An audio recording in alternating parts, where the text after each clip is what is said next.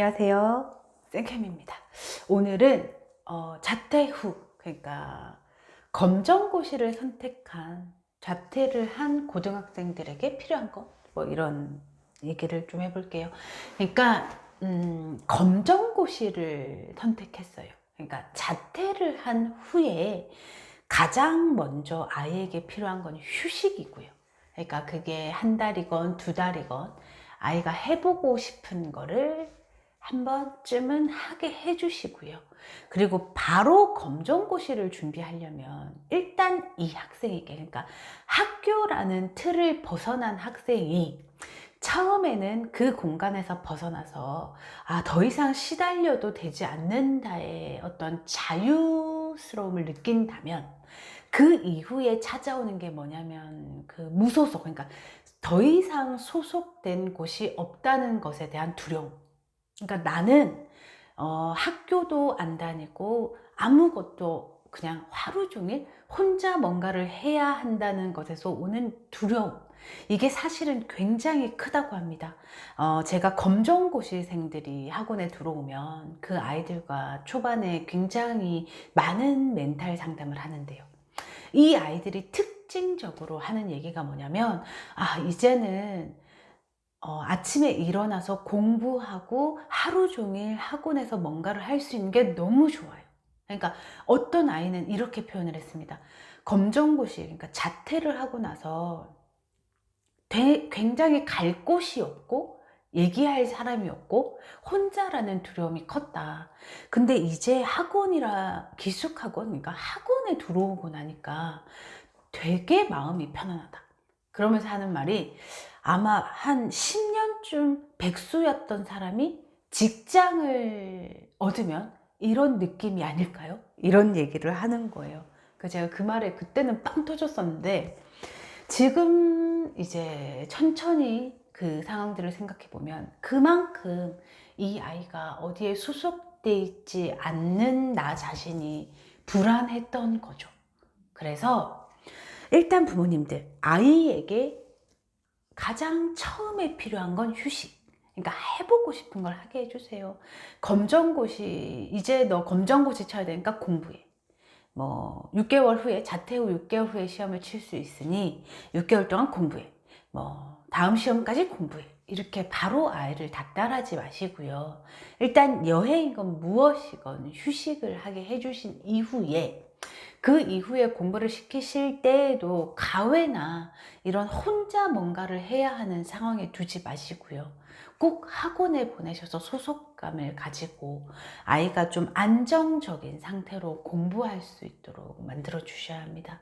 그러니까 늘 제가 말씀드리지만 학원 선택 중요하죠. 검정고시 패스하는 게 중요한 게 아니라, 사실 검정고시는 붙이기 위한 시험이에요. 그러니까 수능처럼 변별력을 두고 너는 이만큼 공부했으니까 이 대학, 너는 이만큼 공부했으니까 요만큼 대학, 뭐 이렇게 나누기 위한 시험이 아니라 기본 학력을 올려주기 위한 시험이기 때문에 검시에서 떨어진 아이들은 거의 없어요. 그래서 검정고시만을 죽자고 파는 학원 말고, 대입을 준비하면서 검정고시는 그냥 스무스하게 패스할 수 있는 학원을 선택하시고, 학원 선택에 굉장히 유의하셔야 돼요. 짧게는 1년, 길면 1년 반을 학원을 다녀야 하고, 올바른 학원에서 올바른 소속감을 가지고 올바른 강사들과 공부를 해서 대입까지 쭉 연결을 시켜 주셔야 합니다. 그래서 아이를 휴식하게 하고 아이가 해보고 싶었던 걸 해주게 한 이후에는 학원 선택을 하시되 꼭 검정고시만 전문으로 건드리는 학원은 보내지 마세요. 대입까지 쭉 연결해주는 학원을 선택하시면 제일 좋을 것 같습니다. 뭐가 켜졌어요. 그래서 껐습니다. 그래서 아이를 혼자, 또 내 아이가 기본적인 개념이 안 되어 있으니까 가외를 해야지, 이것도 굉장히 위험한 생각입니다. 이 아이는 소속돼서 어떤 무리의 그룹에 소속돼서 또래 아이들과 소통하고 그리고 함께 그 시간들을 헤쳐나가야 해요.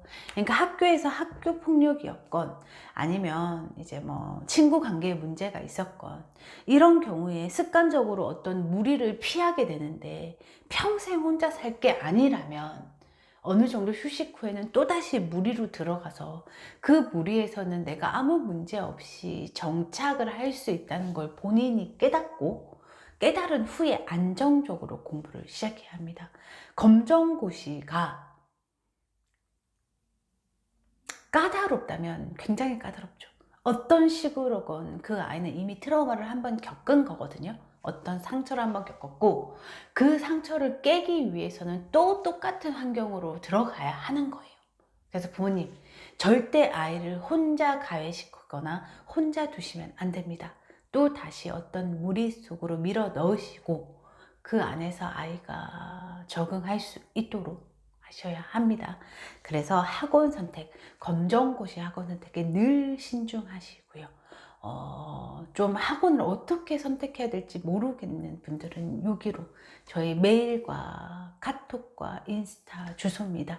이리로 사연을 보내주시면 제가 상담을 진행해 드릴 텐데 바로바로는 진행 안 되고요. 조금 기다리셔야 하지만 제가 연락은 꼭 드릴 테니 너무 고민이신 분들은 이리로 사연을 보내주세요. 지금까지 여러분과 입시 고민을 함께 나누고 있는 유튜버 쌤캠이었습니다.